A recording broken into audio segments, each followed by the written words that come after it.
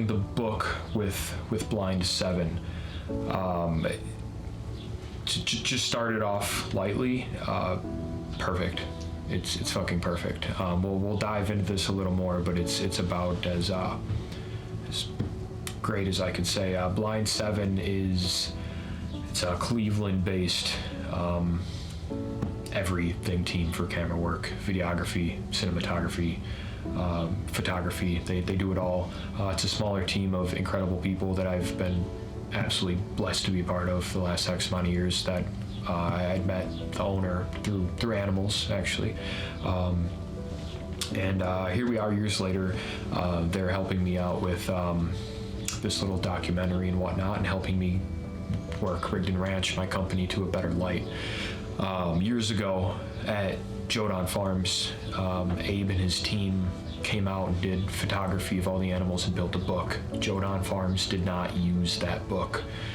So I and Abe decided that we need to redo the book. It's missing a couple animals because the animals have changed over the years, but we're gonna reuse it and give the people the opportunity to have these incredible portraits of these animals, at their fingertips. Take them home. We can use it for fundraising purposes or just sell it in the gift shop or whatever. But it's an incredible memento to have. There's a lot of memories in this book and creating the book. In the process of making this book, I don't know a lot of photographers, but Abe is probably the only one that could handle this task. The difference between him and other photographers, outside of really having his own vision and light and look of his photography, he definitely is a different one. He's probably the 1% of photographers that actually understand animals. He is patient and respectful and understanding, and he has a lot of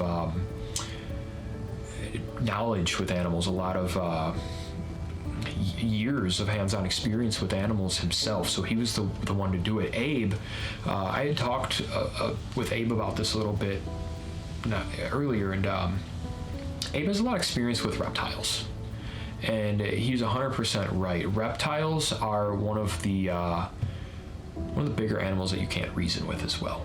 When it comes to mammals and whatnot, they learn off of a lot of physical and verbal commands, and they have a higher intelligence. Not to be rude to reptiles, but you don't reason with reptiles as well. If it has eyes, you can reason with it, but reptiles are different, and they're not as forgiving. You have to learn how to work around them and have a lot of patience. And with Abe having all of this experience with reptiles, I think that really made him an incredible man to dive into mammals and avian and everything else, because patience is key when it comes to animals. I don't care if it is a duck or a camel or a piece of plastic. Like, you gotta have patience with it. That's all it is.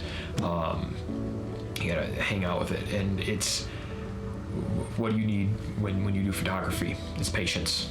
Is whether you're in the wild trying to get a squirrel, or you're working with a model that doesn't know which way to turn her fucking face, and you keep telling her right but she moves left, or you're working at a haunted house and everything is so goddamn dusty and the owner doesn't know where the power outlets are. It's all patience.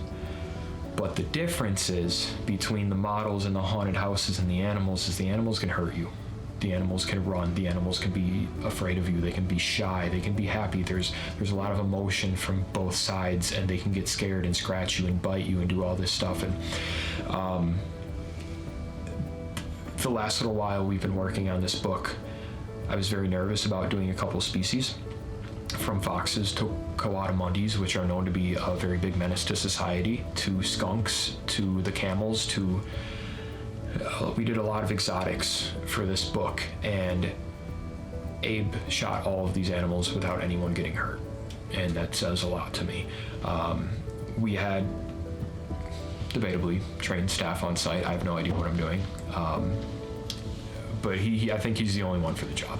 Truly, when it comes to animals, you gotta hire this fucking guy. Like, that is blatantly it. If you don't hire Blind 7, you're blind.